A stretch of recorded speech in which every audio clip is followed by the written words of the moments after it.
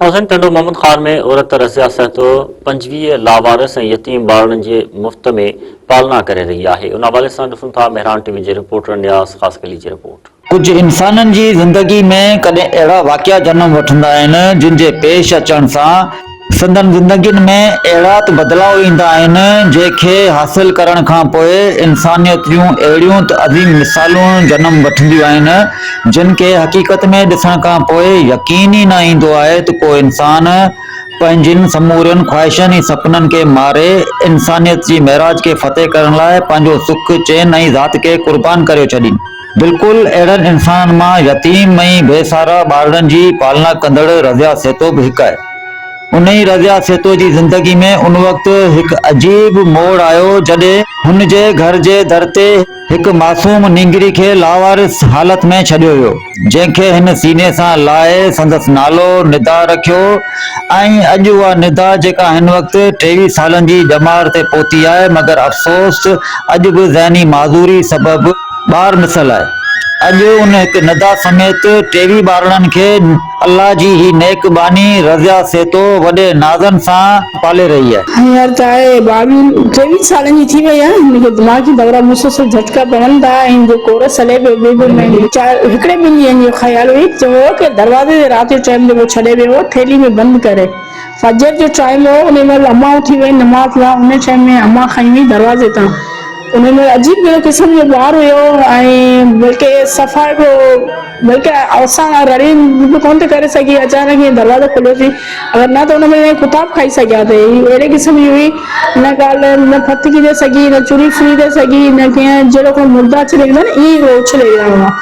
ज़िंदगी त ॼण वारो अलाह सां ई आहे ऐं ज़िंदगी अलाह सां हिनखे ॾिनी, पर ऐबदार आहे, मस्तानी आहे, न खाए थी न पीए थी, मुसलसल जी रहियूं हूंदियूं आहिनि, दिमाग़ी दौरा था पवनि साईं जो कोरस हले पियो हैदराबाद में। ऐं त वरी बि अलाह जो शुक्र कयां थी जो अलाह सां मूंखे हिन लाइक़ु चूंडियो, कम जे लाइक़ु सम्झो, यतीम खाननि जी ॿारनि जी ख़िदमत करण जो अलाह सां मूंखां कमु वठायो, अलाह सां मूंखे मौक़ो।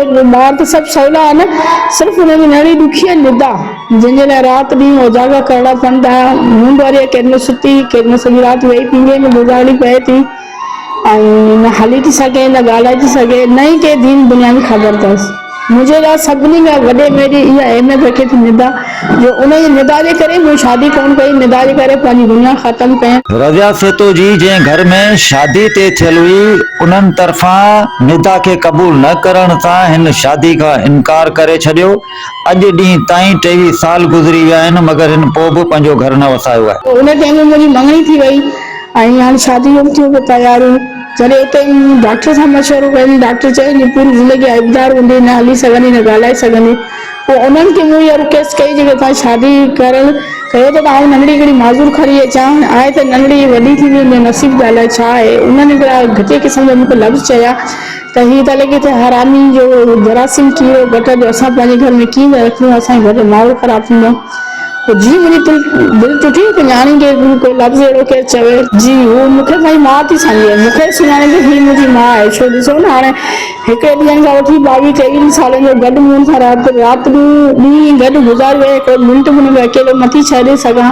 ऐं मूंखे हिकिड़ो दिली सुकून मिले थो, आउं सम्झां थी हिननि ॿारनि जी ख़िदमत करे ऐं हिकिड़ी अलाह जी इबादत कयां बि। निदा जे करे मूं शादी कोन, तंहिंमें 14 ॿार हुआ आहिनि जंहिंजा न माउ आहिनि न पीउ आहिनि, लावारसनि केरु बि कोन्हे, जेको कोर्ट रजिस्टर करे ॾिनो आहे, इदारो थी वियो, ॿार थी विया आहिनि। ऐं कुझु ॿार उहे आहिनि जेके माइट अफोर्ड कोन था करे सघनि, छॾे विया आहिनि हुते। घर जो नालो रखियो आहे निदा, छो अलाह सां उन खे ॾिनो आहे जो असां हुन घर में रहंदा हुआसीं, हिकिड़ो कमिरो हुयो ऐं ॾाढो ॾुखी ज़िंदगी में गुज़री। अलाए कहिड़ी कहिड़ी हालतुनि सां मुक़ाबिलो कयासीं राति ॾींहुं, नंढड़ी मस्तानी खे इलाही तकलीफ़ हूंदी हद खां वधीक।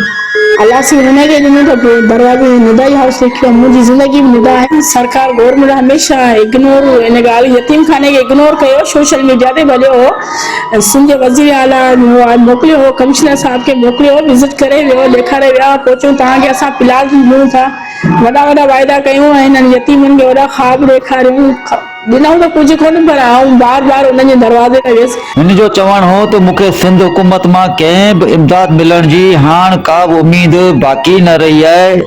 जे रब मूंखे ही मनसब ॾिनो आहे, उन जी ज़ात खां सवाइ मूंखे ॿिए कंहिं मां बि का उमेद न आहे। कैमरामैन आसिफ रहमान सां गॾु नियाज़ ख़ासकेली, मेहरान टीवी, टंडो मोहम्मद।